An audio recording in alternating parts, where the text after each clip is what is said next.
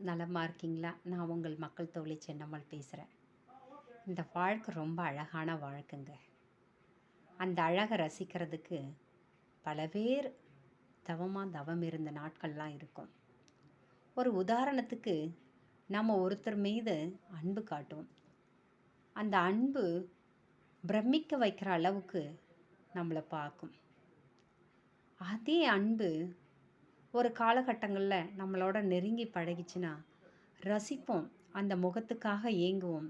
அந்த வார்த்தைக்காக காதார கேட்க மாட்டோமா, கண்ணார பார்க்க மாட்டோமான்னு பார்த்து பார்த்து ரசிப்போம். அவங்க தேவையெல்லாம் பூர்த்தி பண்ணுவோம்.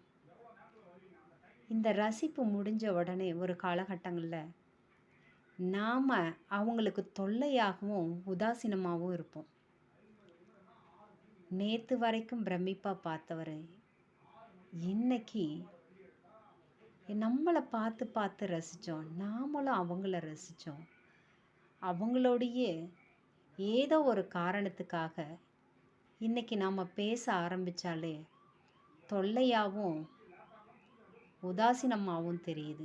நம்ம ஃபோன் வராதா, நாம் ஒரு முறை பார்க்க மாட்டோமான்னு காத்திருந்த கண்கள், ஏங்கிய மனசு, விழித்திருந்த பாதை, இது அத்தனையும் சாட்சி தெரியும்.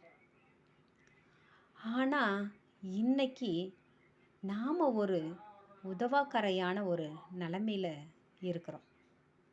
பிரமிப்பு எங்கே, ரசிப்பு எங்கே, உதாசீனம் என்ன, தொல்லையாக இருந்தது இன்னைக்கு உதவாத ஒரு உறவாக இந்த வாழ்க்கை. இவ்வளோதாங்க. உலகத்தில் எல்லாருக்குமே சாட்சி. ஒவ்வொரு மனிதனுக்கும் இது ஒரு சிறப்பான பாடம். நன்றி, வணக்கம்.